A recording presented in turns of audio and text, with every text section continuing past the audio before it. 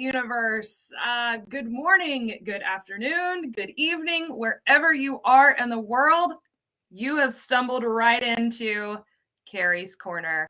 My name is Kari. I'm the ESL Program Coordinator for Worldwide HealthStaff Solutions, and I am so happy to have you on the show today. So as people are tuning in and logging in, of course, please drop those comments in the chat box. I would love to hear who you are, where you're from. Are you an RN? Are you an NA? Are you with Worldwide? Give a shout out to your case manager or the recruiter that you're working with. We have so many people at Worldwide, and amazing people at Worldwide. So I love to have and hear you guys give shout outs to all those amazing people that I am so fortunate and blessed to work with. As people are logging in and logging on, I'm going to share my fun fact. My fun fact for this week actually comes from a nursing candidate that I was meeting with as she's preparing for her IELTS exam. And we were talking and we got to talking about a lot of really cool things. We were talking and connecting about pageants. I'm a pageant girl, and Miss USA actually won Miss Universe, which was crazy. That's huge. It hasn't happened in over a decade. Usually goes to the Philippines, she's always beautiful, but all of those women are beautiful and do a great job. But she and I were talking about pageants, and she actually works in an industry that deals with like estheticians, I think is the right way to say that, but skincare and Botox and all that kind of fun stuff. But she told me the most interesting thing. I got off my meeting with her and I had to call my mom and I had to call my dad. She ended up selling, had a client come in and wanted to purchase Botox, which she was like, cool, Botox. We do that. We sell that here.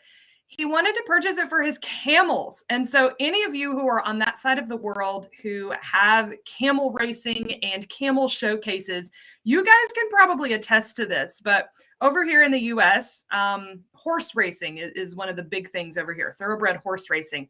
And it's not even like all over the United States. It's kind of a not a select few, but Kentucky Derby is probably the biggest event that we have.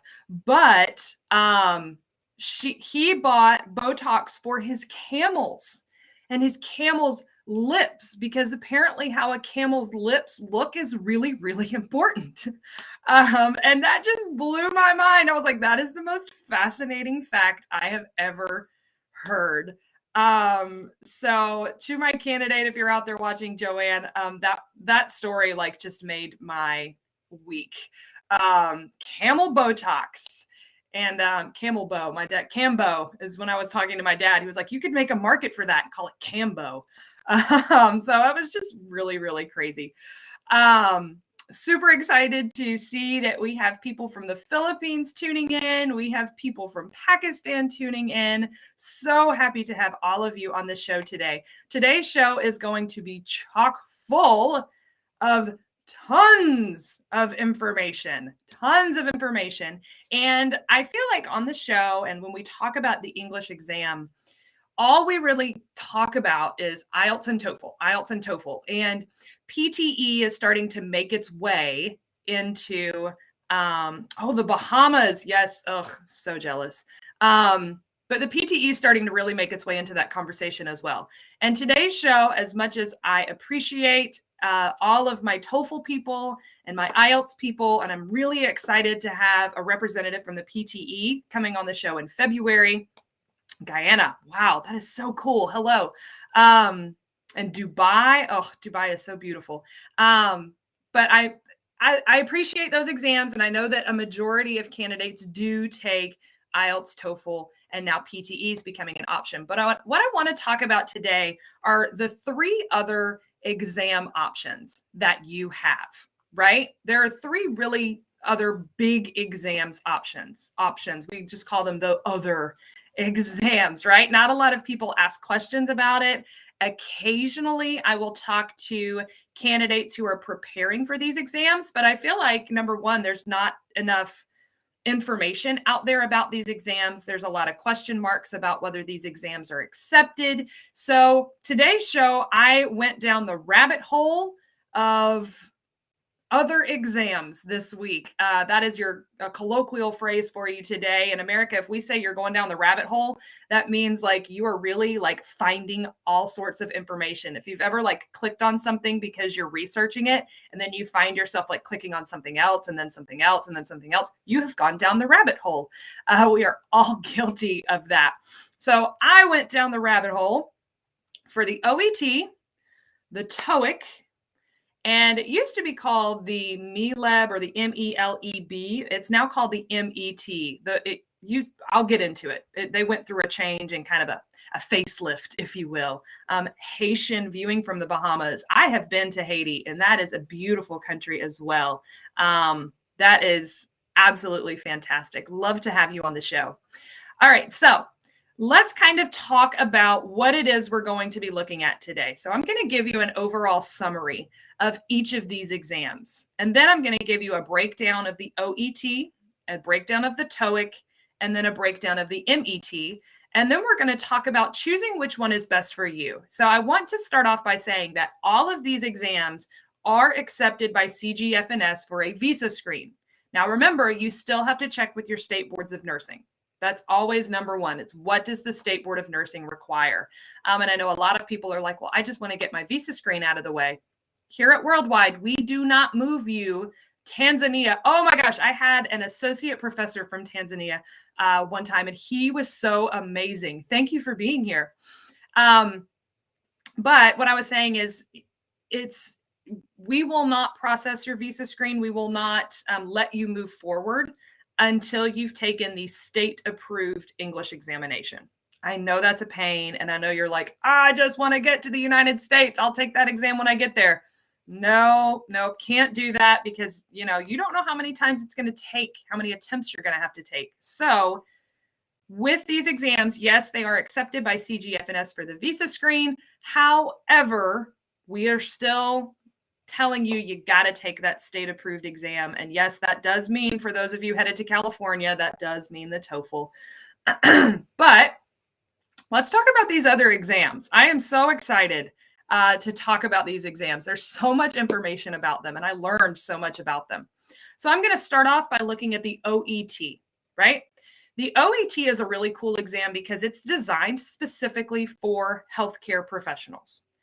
Now, you guys are in healthcare. You are in the healthcare world, and you know that the healthcare umbrella is massive, right? So many things fall under healthcare. You've got nurses, you've got nurse aides, you've got doctors, you've got, and within doctors, you have pediatricians, cardiologists, neurologists, so many different ologists in the healthcare umbrella. So the OET is designed for healthcare. But remember, healthcare is a really big umbrella. So I don't want people to go into it just thinking, oh, this is designed for nurses. Keep that in mind. It does cover all four: listening, reading, writing, and speaking. Okay. The OET is the most expensive exam. Yes. 587 Australian dollars, if that's a currency you're familiar with, but that translates to 455 US dollars. Plus, there is a $7 online booking fee. So it is the most expensive of all the exams. That's just a fact. As far as testing centers go, these three exams are not offered as widely as an IELTS or a TOEFL or even a PTE.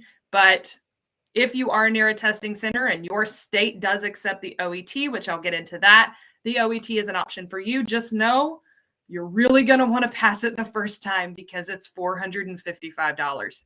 Yikes. Moving on to the TOEIC. So the TOEIC is more career oriented. It's a professional exam. Watching from Nigeria. Hello in Nigeria. It's a professional exam. They're going to be looking and using more career-oriented language in the professional world.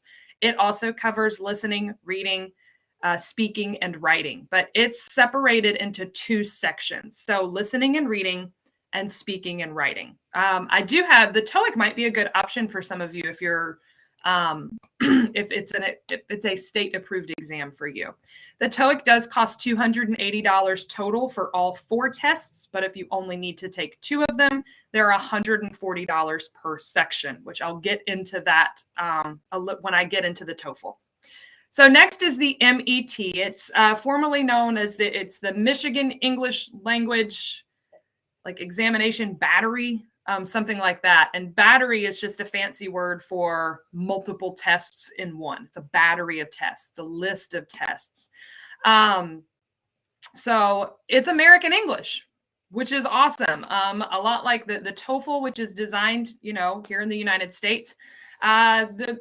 It is American English. It's designed in Michigan, University of Michigan, and it's only $150. So if you can find a location and your state accepts the MET, some states, I will go ahead and say this, some state boards of nursing, and I'm sorry if any boards of nursing ever watch this, but they don't do a great job of updating their websites consistently. So you might still see the MELEB test listed.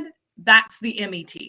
It's called the MET now. So if you go to book the exam, you're going to be looking for the MET. The MELEB, MELEB, however you want to say it, it is retired. It has gone into retirement. So now that we have kind of done an overview, you know how much these exams cost, let's really get into the tests. Okay. I don't know where you can sit for the exam. Well, Mary, it depends on what exam you want to take. You are more than welcome to go. When you figure out what exam you want to take, you can navigate to that website, and that website will tell you where that exam is offered. It will tell you your closest testing center. So once you decide, you can talk to a case manager. If you have a case manager, talk to that case manager and have them tell you what exams are accepted. And then you can go from there looking on those websites and decide which exam you want to take. Hopefully that answered your question.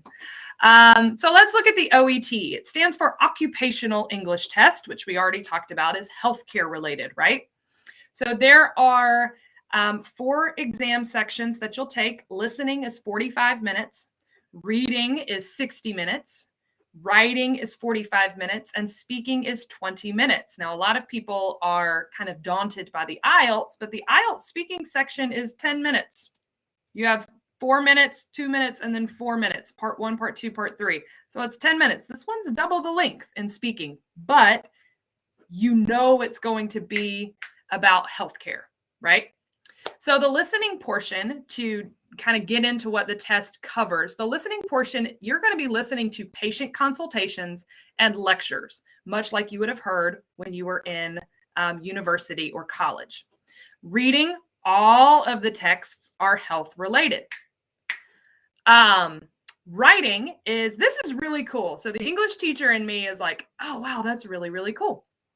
Writing, you will write a letter, usually a referral letter, but it could also include a letter of transfer, a discharge letter, or a letter to advise or inform a patient, caregiver, or group of people that's working with a particular patient. So I think that's really cool in their writing section. And they're looking for that professional jargon. Happy New Year. They're looking for that professional jargon. My dog is making noises. Sorry about that. For those of you that don't know, I have 2 dogs. This show is live, and one of them is very good and very quiet. The other one is very large and can be noisy. So for those of you out there with dogs, I know you can relate. Normally my office door is closed, but one of them is so big he can actually open the door. So tons of fun. Welcome to reality in Kari's Corner. So back to the OET. Looking at that writing portion. So these are things that as nurses you do. And that's something that I'm actually very prepared to help you do. I used to do medical dictation for a variety of doctors. And so I transcribed, I can't tell you how many letters working with my mom. And so I have written all of those forms of letters on behalf of doctors. So if you're preparing for the OET, I am very ready to help you with that writing portion. I can tell you that much. Their speaking section is also very unique too, and it's really cool to me. It's done in a private setting, and there are 2 role play scenarios where you are the healthcare provider, the healthcare professional, which that's easy. You're all already healthcare professionals, right? The examiner is the patient. They could also be a client. They could also be a relative to the patient or caregiver. So it's going to mock a conversation that you would have to have with a patient or with a caregiver. It's a really, really cool setting. So yes, it is 20 minutes long, but it should be about topics that, number one, going into it, you're going to be talking about healthcare. Unlike, PTE, TOEFL, and IELTS, where you have no idea what questions are coming your way. With the OET, it's going to be healthcare. Preparing for the OET is very specific, whereas I feel like preparing for other exams is very broad. So that is a benefit for the OET. Looking at the pros and cons, pros, obviously, it's a healthcare language. Healthcare language, you speak healthcare language. A con is that it's not widely accepted, and also the cost. It is expensive. CGFNS and Joseph Silney both accept these as part of their visa screen process. But as far as states are concerned, you've got Florida, Oregon, Michigan, Massachusetts, and Arkansas. So if you are going to any of those states, the OET is an accepted exam for you. So if you think in your mind that the only exam you have to take and you're headed to Florida and the only option for you is IELTS, good news, you can take the OET. However, just remember the cost. And I would hate to see someone take the OET and fail it, because that's a lot of money. And I know you guys work really hard for your money. So let's move on and talk about the TOEIC. Okay. TOEIC is Test of English for International Communication. Now, for those of you out there going, that looks an awful lot like the TOEFL, Miss Kari, well, it was created by ETS, and they also created a test called the GRE, the Graduate Records Examination, which is what here in the United States, it's what we take to get into graduate school. The Praxis, which as a teacher, I'm very familiar with. A Praxis is a teaching exam. And yes, they also created the TOEFL. However, don't let that scare you. The TOEIC is a different exam, and it's different in the way that the TOEFL is very academic. It's really designed to test people's English who are going into different colleges and universities here in the United States. And a lot of the test is structured and formatted to be very academic in the setting. You listen to a lot of lectures, a lot of professor-student conversations. The TOEIC is different. It opens with 30 minutes to answer biographical questions, and then you get into the listening and reading test. Now, I will say this, the TOEIC is the longest test. It is very long. You will be exhausted after this test. The first test, listening and reading, are 2.5 hours, 45 minutes of listening and 75 minutes of reading. Yeah, you heard me right. That's a long test. Listening is 100 items total. I know that's daunting as well. You listen to a variety of questions that involve photographs, questions, responses, conversations, and talks. And you'll answer a total of 100 questions about those things you're listening to. Reading is also 100 items total. You read a variety of materials and respond to questions involving incomplete sentences, text completion, and reading comprehension. Speaking and writing is a separate test. So remember earlier when I told you it's $140 per section. So listening and reading is considered one test. Speaking and writing is considered the second set of tests. So hello in Ghana. The speaking and writing is 80 minutes total. You have 20 minutes of speaking and 60 minutes of writing. Speaking is a lot like their speaking portions, a lot like the PTE. It's 11 questions total. You will be asked to read text aloud. You have 45 seconds to prepare, 45 seconds to read. You will describe a picture in as much detail as possible, 45 seconds to prepare and 30 seconds to speak. You'll respond to questions.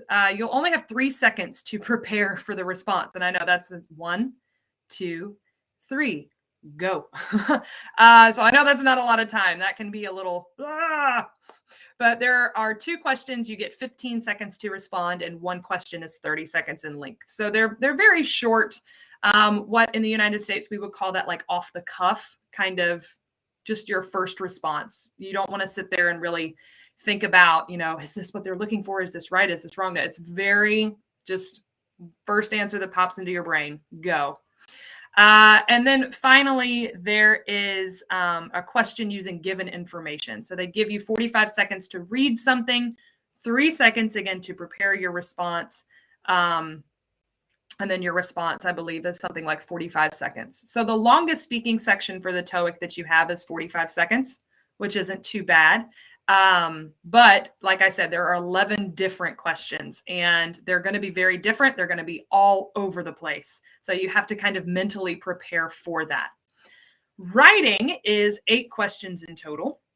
Questions 1 through 5 are write a sentence based on a picture, incorporating 2 words or phrases you are given. So I kind of love that, because sometimes you look at, let's say you look at a picture of a deer eating in a field, and you don't know, maybe you forget what that animal's called. They give you they say you have to use the word deer, and you have to use the word forest. So easy, there's your sentence. This is a deer eating in the forest. So they give you words, which I think is really cool. Now, some people it may stump them, especially if they give you a word that you don't know what it is. Then you are kind of stuck because you don't know how to use it. But if they give you a helpful word or phrase, it can make those questions easier. Questions 6 through 7 is respond to a written request, an email response. So they are looking at very professional writing here. And I can say, I feel like with email and with text, a lot of people email like they text. And having taught high school, a lot of high schoolers will write like they text. Like instead of saying because in the United States, they do B/C. And they would actually put that in their papers that they would turn into me. So I see a lot of text writing because I know a lot of people email from their phone. And so the brain doesn't make that switch between I'm sending a professional email versus I'm just texting my friend. So that is something you really have to practice. You really have to practice using professional language. Okay. And then question 8 is an opinion essay, a minimum of 300 words. Now, I know a lot of people are like, yes, I get to give my opinion. Giving your opinion is one thing, and that's great. Everybody has an opinion, right? Everybody has an opinion, but can you back it up? Do you have good reasons for having your opinion? And that's really what they're going to be looking at here. They don't really care what your opinion is. They're looking more at, can you answer the question? Can you structure the essay? Can you write in paragraph form? Do you use complete sentences? Do you vary your sentence structure? All of those kind of things. So that's the TOEIC in a nutshell. A pro is that it's not as academic as the TOEFL. You're not going to be listening to professor lectures or reading about archaeology. It's not as academic in language as the TOEFL, which I know a lot of people with the TOEFL really struggle with that because that's hard. That's hard. A con is that it does include professional writing, which some people may find very difficult. And it's professional writing, which is different from academic writing. Professional writing is very short, sweet, to the point. It summarizes things beautifully. A lot of times in academic writing, they like to see all of that fluff and the pretty words and the more and the more and the more detail. Whereas professional writing, think about it, as professionals, we don't have time. Get to the point. So that can be a switch. That can be a big switch for people. So let's get to our final test of today, and we are going to be looking at the MET. I learned so much about the MET. It was crazy. 155 minutes total, and it's a 4-skill set. 4-skill test, which again, writing, listening, reading, and speaking. So hopefully you're seeing a commonality. If any of you are like, but I'm a horrible writer, is there a test that there's no writing? No. You're going to have to work on your writing.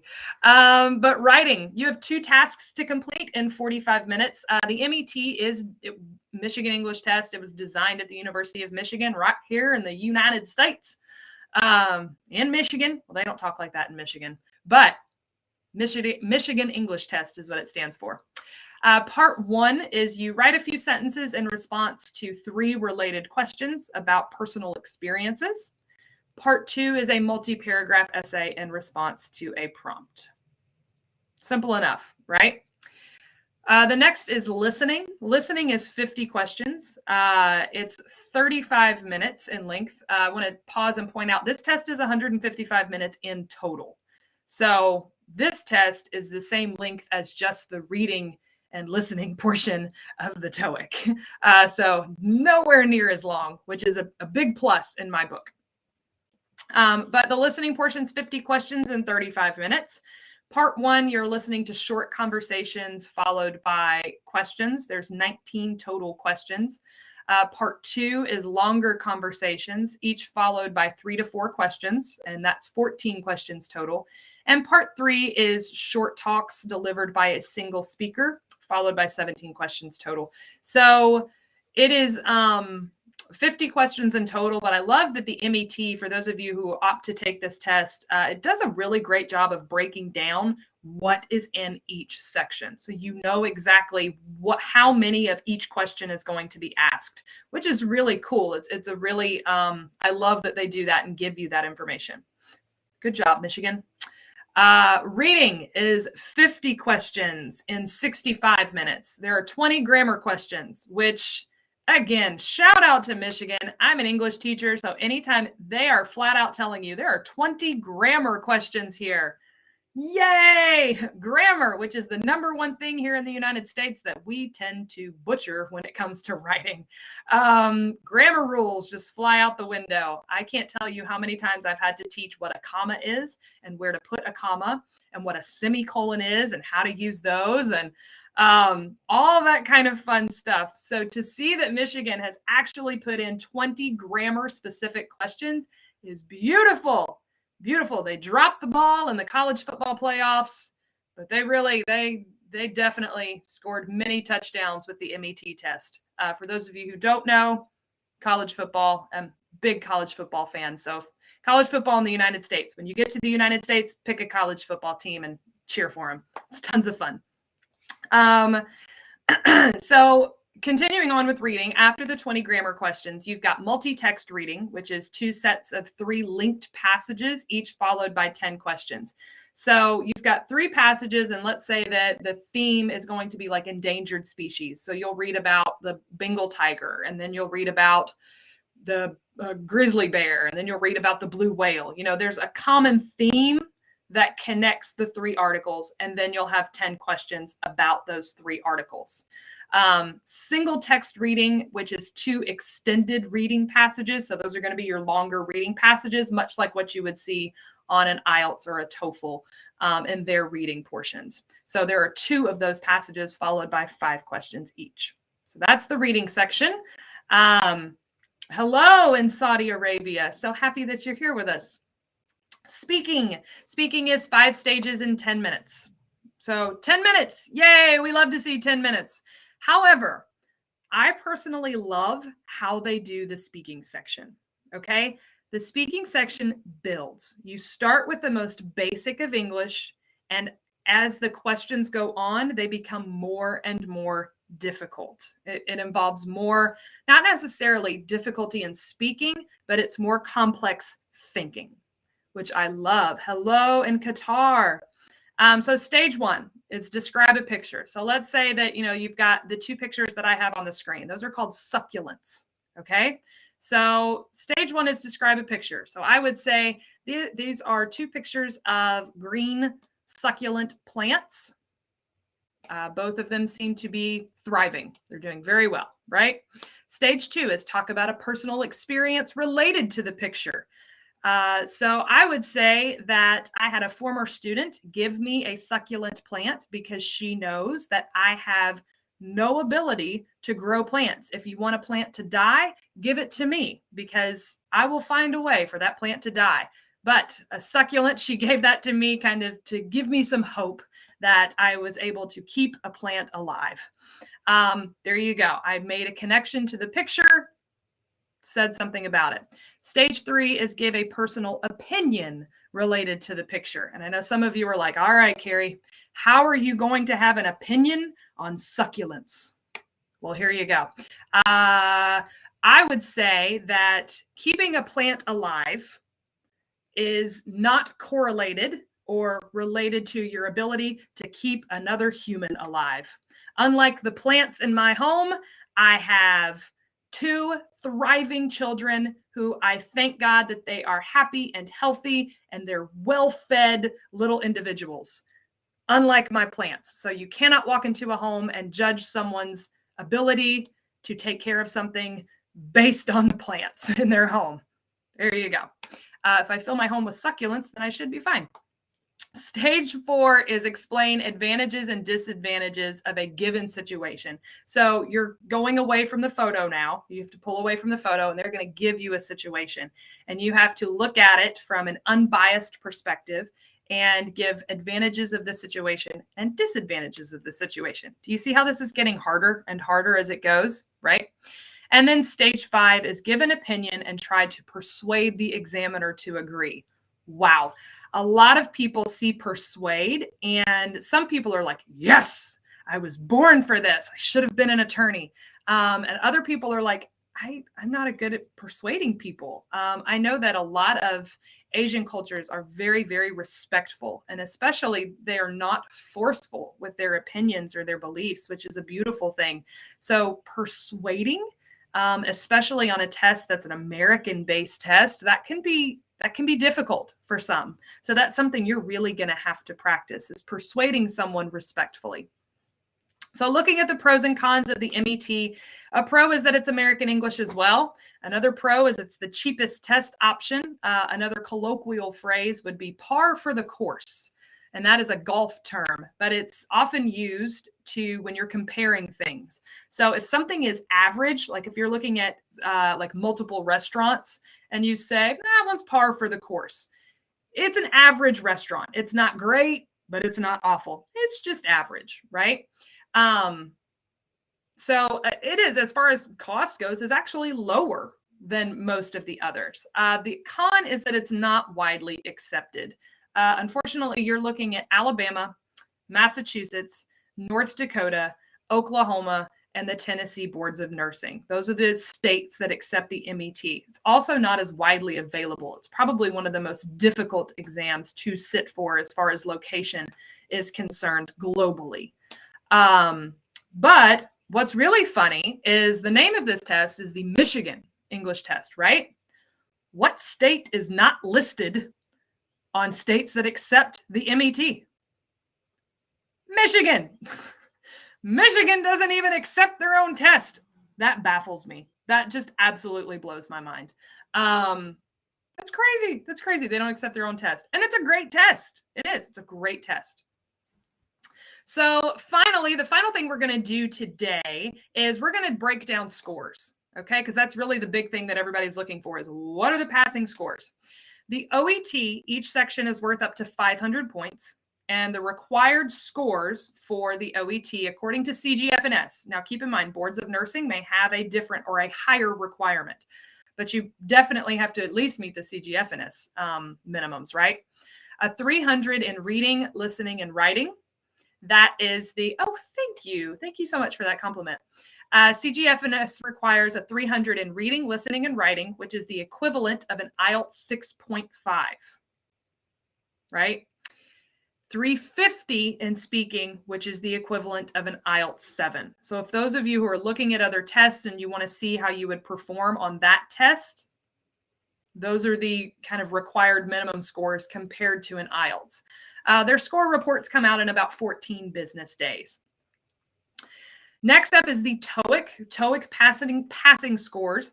Listening and reading tests, you can earn up to 495 points in each section. So the highest total score for that is 900. Speaking and writing tests, you can earn up to 200 points in each section, 400 being the total score there. Now, I do want to say this, and I did confirm this with CGFNS yesterday. So this is confirmed CGFNS information. Normally, we get a lot of questions about combining scores, right? So let's say you passed one portion of the exam and you failed another portion of the exam. That's going to depend really on who is looking at your case, at your visa screen, and getting you through that process at CGFNS. That's I know that's a very vague answer and not what you want to hear, but it depends on who you get. With the TOEIC, and this is very specific to the TOEIC, because the TOEIC is two separate tests, reading and listening, speaking and writing. Let's say that you get the desired score. Let's say that you get the 725 in listening and reading, but you get a 150 in the speaking section. You only have to take the speaking and writing portion again. You don't have to take reading and listening. Okay, that's actually pretty cool, which cuts the price in half to $140. Instead of paying for both tests, you only have to take a speaking and listening again, or speaking and writing again. Okay, so if you have questions about that, or if you're taking the TOEIC and you're preparing for the TOEIC and you know you've already achieved certain scores, make sure you only sign up for the test where you need the desired scores. Now, if you don't meet the desired score across the board, like let's say that you get a 700 on reading and listening and a 150 in speaking, then you do have to take all 4 tests again. But if you meet the desired score in one test, which is like the reading and the listening, and you get 725 or higher, that's great. You don't have to take that test again. You just have to take speaking and writing. Okay, so that's really cool. That is really cool. Their score reports are available in 30 days, but 17 days you can log in and get your scores.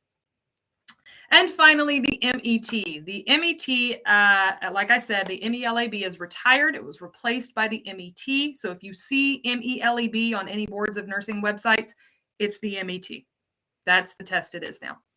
Writing and speaking are scored by people, not artificial intelligence. So we've talked about this before. Pearson PTE uses a really cool AI software. TOEFL still uses people to score. IELTS, you have that speaking interaction with a person. How about for IELTS? Benjamin, can you give me a more specific question related to the IELTS? I'm totally happy to answer that for you. But with the MET, you get 0 to 80 for each section. So those are the highest score you can get is an 80. CGFNS requires a minimum of 55 in each category. So, unlike where certain places, speaking is a separate score, MET is across the board, minimum of 55 in each section. Okay. You get your score report within 2 to 4 weeks for the MET right now. So that's kind of where they're running. All right. I just threw so much information at you.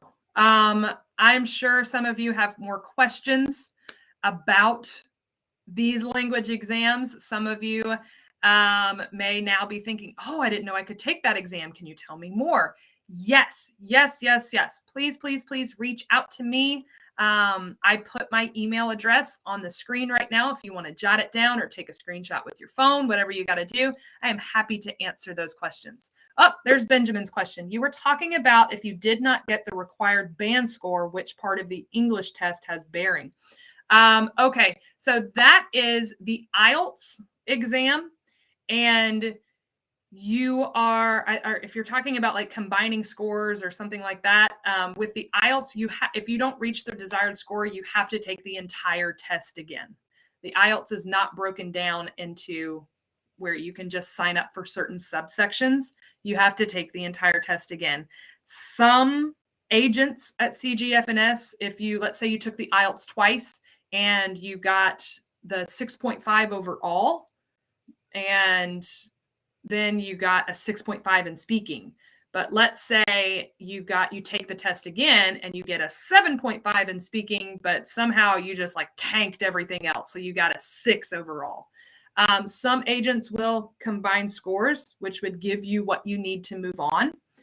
Some agents will not, meaning you would have to take the test again to get a required score across the board. So I know some people are always like, I'm just focusing on speaking. And I'm like, that's great. I love that you're focusing on speaking. However, you can't neglect reading, writing, and listening. You still have to prepare for those exams. Because it's not guaranteed that they're going to combine your scores for you at CGFNS. So hopefully that answers your question. I do know for IELTS, you have to have a 6.5 overall, and you must get at least a 7 in speaking.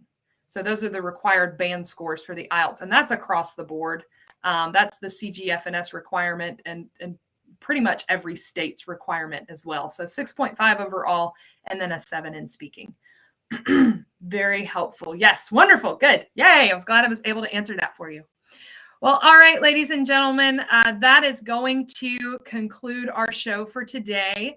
Thank you so much for wandering into Kari's Corner. I'm so happy that you were able to join today. Hopefully the information I gave you was beneficial to you. Hopefully it was helpful, not too overwhelming. Like I said, guys, I went down the rabbit hole, so I got a lot of information about these tests. So if you are interested, if you're in stage 4, 5, 6, or 7, and you have not taken your English exam yet, please reach out to your case manager. If you're an RN, reach out to your case manager and tell them, I want to be added to Miss Kari's language course. I would love to have you. It's completely free to you. It's a 4-week course that really prepares you for no matter what exam you're taking. It's broken down just like every exam into reading, listening, writing, and speaking. If you complete the course, then you get to have one-on-one speaking sessions with me. So we get to hang out a little bit and I get to know you better and help you prepare individually for whatever exam you choose to take based on the Board of Nursing's requirements. So thank you again for stumbling into my corner. But I want to remind you, don't face the corner, face the world with Worldwide. I'm Kari Cooper for Worldwide HealthStaff Solutions.